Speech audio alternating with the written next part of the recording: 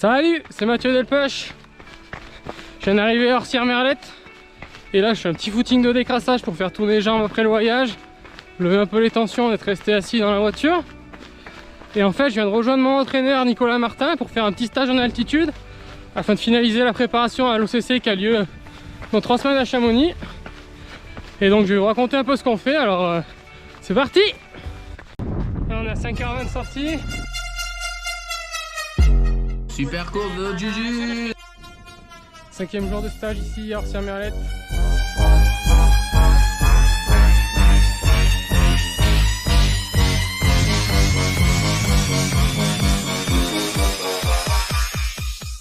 Alors voilà, c'est à vous de deviner à quoi ça sert.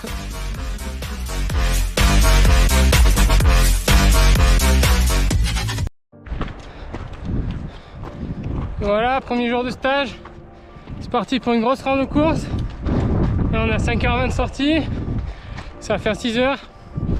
Beau tour dans les écrins perdus avec le coach Nico Martin, qui a aussi les locaux Elias Caddy et Stéphane Ricard qui viennent de faire respectivement 5 au Lavaredo Ultra Trail et Stéphane ils viennent de gagner la 6000D. Puis il y a eu leur pote Jérémy qui a envoyé aussi, donc autant vous dire que ça n'a pas badé. Et là nous on a mis le clignotant, il rallongeait encore, c'est énervé. Acclimaté pas de la manière la plus douce avec des petits cols à 2008. Puis on a fait un profil relativement similaire à l'OCC avec des parties plutôt roulantes pour bien dérouler parce que l'OCC c'est pas hyper raide. Et voilà, on a quand même pris les bâtons parce qu'on a fait le choix de les prendre. Oh, regardez cette vue là. On fait le choix de les prendre à l'OCC. Voilà une belle première journée. Le problème quand on fait un stage en altitude, c'est qu'à la fin de chaque sortie vélo, putain faut remonter au logement. Voilà, deuxième jour de stage. Un peu marqué de la sortie d'hier, 45 bornes, c'est pas anodin. Et du coup on a fait une journée sans trop d'intensité, enfin en théorie. Ce matin on a fait une sortie trail 1h30. Et là on fait un petit tour de vélo 2h30. Donc facile pour Nico. Et moi comme vous voyez, je suis un peu là. Et voilà, il y a la remontée finale. Et le chef il se balade. Voilà comment ça se passe un repas en stage. Un peu des légumes évidemment, un peu de féculents et puis du poisson. Mais surtout, sardinelle sur le téléphone, le live timing sur le téléphone et les JO à la télé. Là on est pas mal. Alors qu'est-ce que t'en penses de la course de Juju? Super course de Juju. Indétrônable la bête. J3 du stage, un peu plus léger que prévu pour ma part, parce qu'il y a une petite tension à la tête qui s'est réveillée. Et voilà, c'est ça le sport de haut niveau, faut savoir aussi flirter un peu avec ses limites. Et là, avec dans les 7 derniers jours, j'ai quand même fait plus de 150 km avec plus de 10 000 mètres de dénivelé à pied, plus un peu de vélo. Donc là, la fesse, elle a dit, Mathieu, faut lever un peu le pied, donc faut savoir aussi écouter les petits signaux de son corps. Et donc ce matin, Nico a fait une séance de plio, et cet après-midi, séance de force avec du seuil, une bonne séance de bouche et charcutier comme il les aime. Et du coup moi j'ai fait un petit footing et là j'ai une petite endurance tranquillou à vélo. Bon, il faudra bien remonter à Orsières de toute façon, donc ça va un peu piquer, mais l'idée c'est vraiment de faire tourner les jambes. Et après je vais faire les petits soins en attendant que ça passe. Je préfère faire 2 jours cool et après remettre des séances plutôt que de continuer de faire des séances et de tirer sur la fesse et d'avoir mal pendant toute la semaine. Donc voilà, je rentre là-haut, je vous montre ce que je fais comme soin et puis ça va le faire. Je vous montre un outil que j'utilise presque tous les jours et qui me suit partout en stage et puis en déplacement. C'est rouleau de massage. Ça coûte presque rien, mais pour lever des tensions et détendre les muscles, c'est vraiment utile. J'utilise aussi un peu l'échauffement des fois pour réveiller un peu les fascias, pour s'échauffer tranquillement avant de courir. Et donc là, comme j'ai une petite tension dans la fesse, et ben il faut trouver les points douloureux et puis rouler dessus jusqu'à ce que ça détende. Ça va faire un peu serrer les dents, mais bon, surtout quand c'est une contracture, c'est un truc que j'utilise pas mal. Essayer de masser en profondeur, mais voilà. Pendant ce temps, le chef il se ravitaille. Quand on aura un gros contrat, on aura une kiné. Pour l'instant, il faut faire avec les moyens du bord. Donc ça, c'est vraiment un outil que je vous recommande. En plus, ça coûte pas cher. Et puis aussi là, au stage, j'ai utilisé le nouveau joujou de Nico.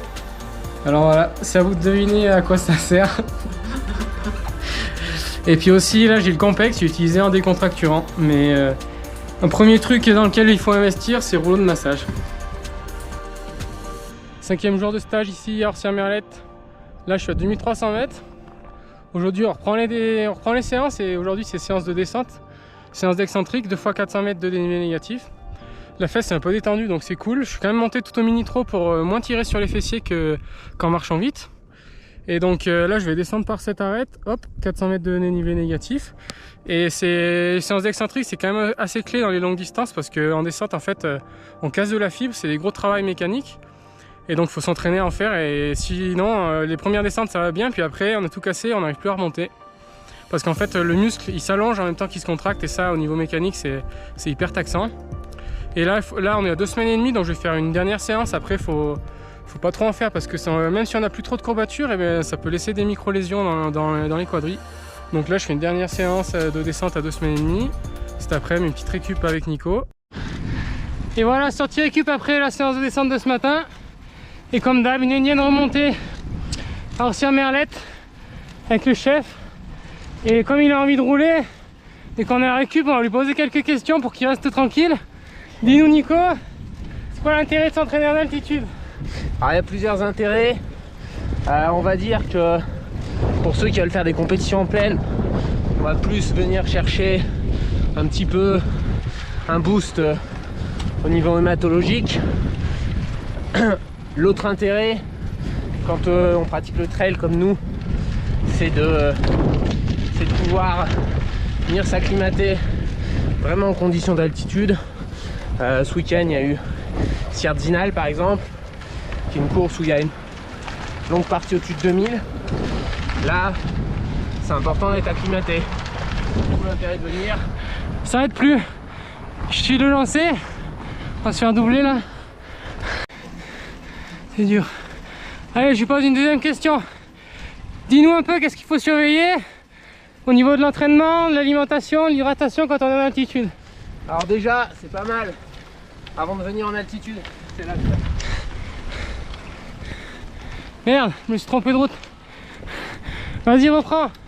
Puis avant de venir en altitude, c'est pas mal de faire une prise de sang pour contrôler principalement les données hématologiques, l'hémoglobine, l'hématocrite et aussi la ferritine, parce que forcément ça va stimuler le système de production des globules rouges. Donc pour en fabriquer, il faut du fer, d'où l'importance de vérifier ça.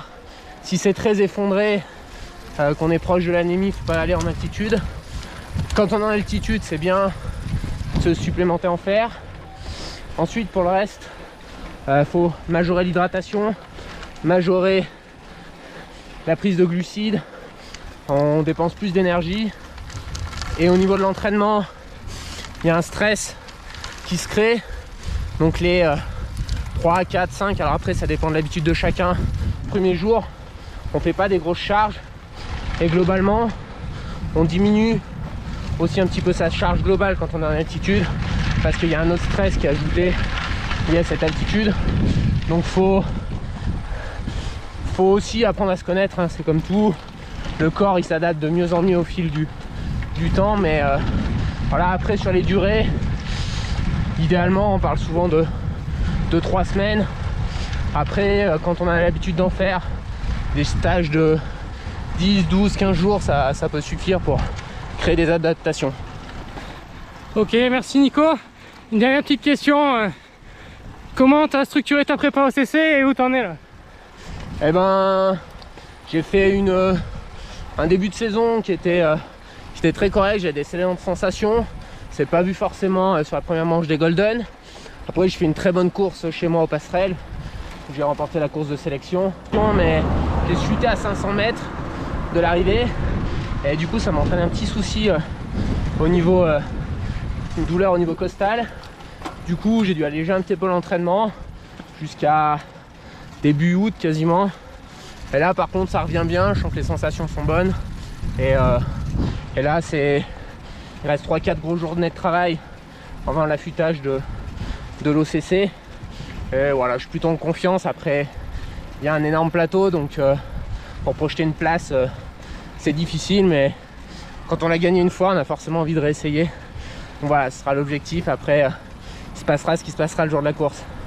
On verra. En tout cas, on lui souhaite d'avoir beaucoup d'avance à la flégère, parce que là, dans la séance de descente, j'ai mis un peu la misère. Alors, et ouais, c'est la vieillerie, hein, on descend moins vite. Mais bon, dans la dernière montée de la flégère, je devrais être pas mal. Et après, la descente, c'est dans la tête. Allez, on va suivre ça de près alors. Et voilà, dernière grosse rando course.